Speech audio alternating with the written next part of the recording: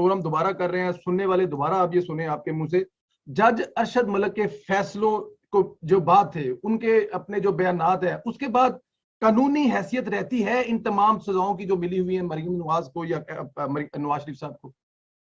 देखिए, कानूनी हैसियत से ज्यादा इस वक्त अदालतों की जो साख है जी, जिनके फैसलों को हम कहते हैं कि उनकी कानूनी हैसियत है, अगर अदालत की साख ही ना रहे तो फिर फैसलों की तो क्या कानूनी हैसियत होगी, फिर तो किसी फैसले की भी कानूनी हैसियत नहीं होगी। लिहाजा सबसे पहले इन सारे केसेस में अदालतों ने अपनी साख को बचाना है। और अगर अरशद मलिक की इन सारी स्टेटमेंट्स के बावजूद और इस चीज के बावजूद कि उनको लाहौर हाईकोर्ट ने नौकरी से निकाल दिया था ये कह के कि उनका कॉन्डक्ट एक जज के शायाने शान नहीं था, इन सारी चीजों के बावजूद अगर उनके फैसले पे इस कदर रिलायंस की जाती है कि उस जो डाउट क्रिएट हुआ है उसका बेनिफिट भी एक्यूज को नहीं दिया जाता, तो इससे नुकसान एक्यूज का नहीं होगा बल्कि अदालत की साख को नुकसान होगा, जो कि मैं समझता हूँ एक बड़ा खतरनाक ट्रेंड है। और इससे पहले भी जब इस तरह के केसेस आए हैं, आप एसडीएस को टेक्ना का केस याद कर लें,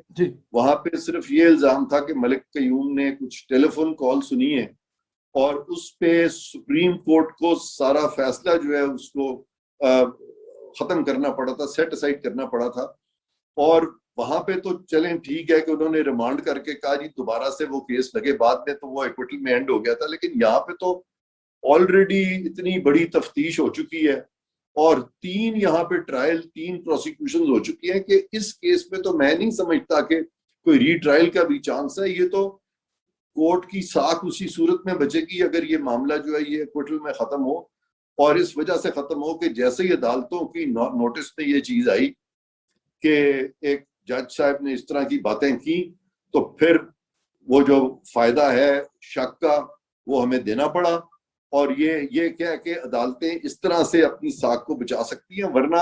ये एक बड़ा कंट्रोवर्शियल डिसीजन होगा। और जब भी पॉलिटिकल चेंजेस आएंगे पाकिस्तान में और नई कानून साजी होगी, तो इस तरह के फैसले न सिर्फ के वो कलअदम हो जाएंगे, बल्कि वो जो जज साहिबान हैं जो कि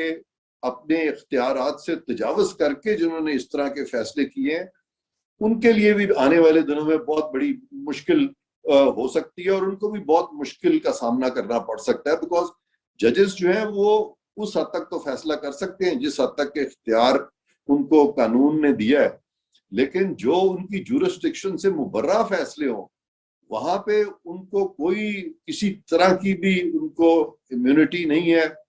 उनको कोई कॉन्स्टिट्यूशनल इम्यूनिटी नहीं है, उनको स्टैट्यूटरी कोई इस तरह की कोई इम्यूनिटी नहीं दी गई। तो ये तो वो अपने आप को फिर एक्सपोज करेंगे